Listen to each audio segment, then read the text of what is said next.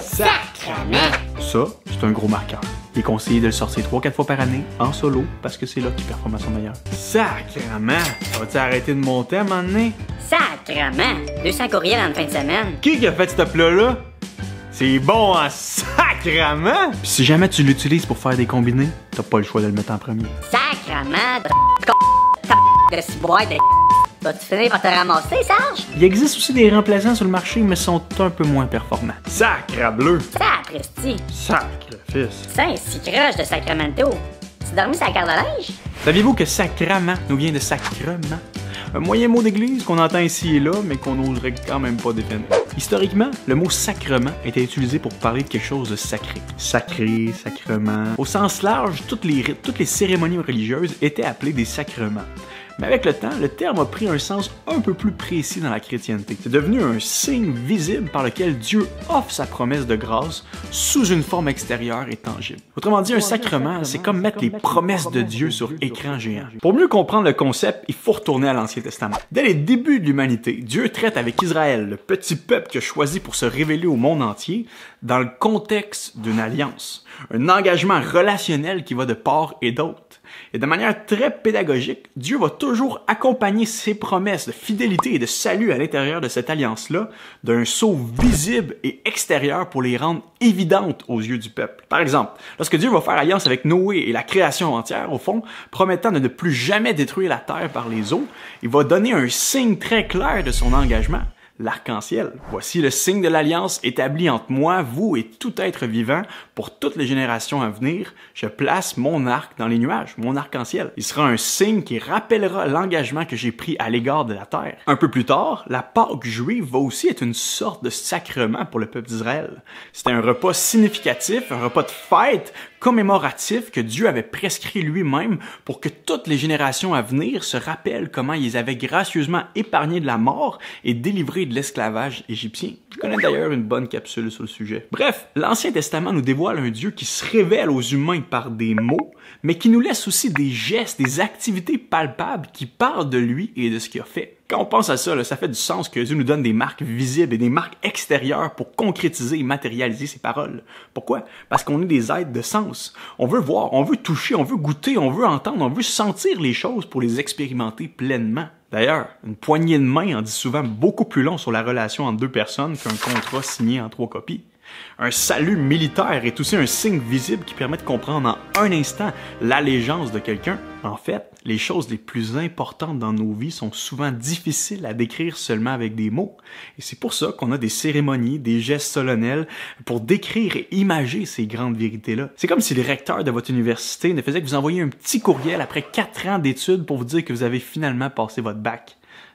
Non merci.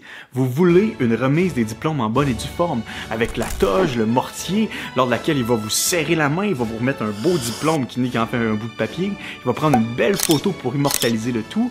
Pourquoi? Parce que le résultat de cette cérémonie symbolique est beaucoup plus profond sur vous que de seulement recevoir un petit courriel vous disant que vous avez passé votre programme. C'est exactement le même principe qu'on retrouve dans le christianisme. Dieu ordonne et instaure des pratiques qui nous font vivre autrement les grandes vérités de sa parole. C'est le cas des signes de l'Ancien Testament qui s'adressaient à la nation d'Israël et dont j'ai parlé plus tôt, mais cette logique va aussi se poursuivre avec les sacrements que Jésus lui-même va instituer auprès de ses disciples, auprès de la communauté des croyants. Avant d'être arrêté et crucifié, Jésus va faire un dernier souper avec ses 12 disciples et à un certain moment donné, durant le repas, il va faire circuler une corbeille de pain, il va faire circuler du vin en leur disant « Ceci est mon corps qui est donné pour vous. Faites ça en souvenir de moi. » Ça, c'est la coupe de la nouvelle alliance conclue par mon sang qui va être versé pour vous. Alors que Jésus s'apprête à inaugurer par son sacrifice à la croix une alliance de grâce dans laquelle quiconque met sa confiance en lui obtient le pardon de ses péchés, il va instituer officiellement un signe visible qui va venir avec.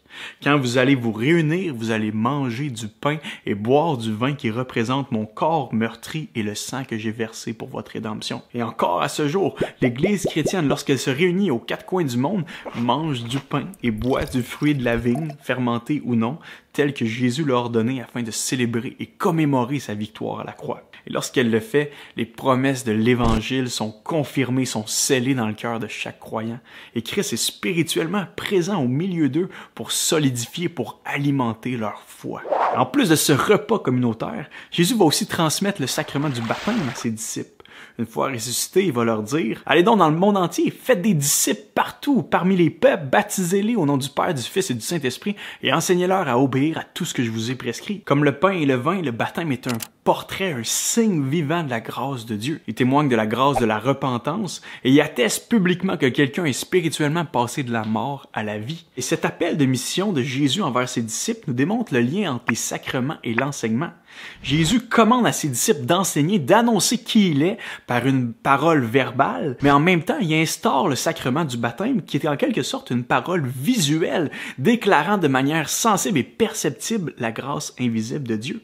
Et c'est la même chose pour l'Eucharistie, la communion. Il nous est dit que les premiers disciples étaient assidus à l'enseignement des apôtres, à la communion fraternelle et au partage du pain et aux prières. Enseignement et sacrement vont de pair. Dans l'Église, la bonne nouvelle du pardon des péchés est proclamée par la prédication et l'enseignement, mais elle est aussi célébrée par les sacrements. C'est la raison pour laquelle Jean Calvin, le célèbre réformateur, va dire « Partout où nous voyons la parole de Dieu purement prêchée et entendue et les sacrements administrés selon l'institution du Christ, là, il n'y a pas de doute, une Église de Dieu existe. » Bon, on s'entend. Il y a mille et une choses que Jésus a ordonné de faire aux chrétiens. Il ne faudrait pas tomber dans une forme de ritualisme ou une forme de formalisme vide où on fait juste répéter ces sacrements-là sans être vraiment investi de cœur, pensant peut-être qu'ils ont un pouvoir magique de nous accorder le pardon et le ciel.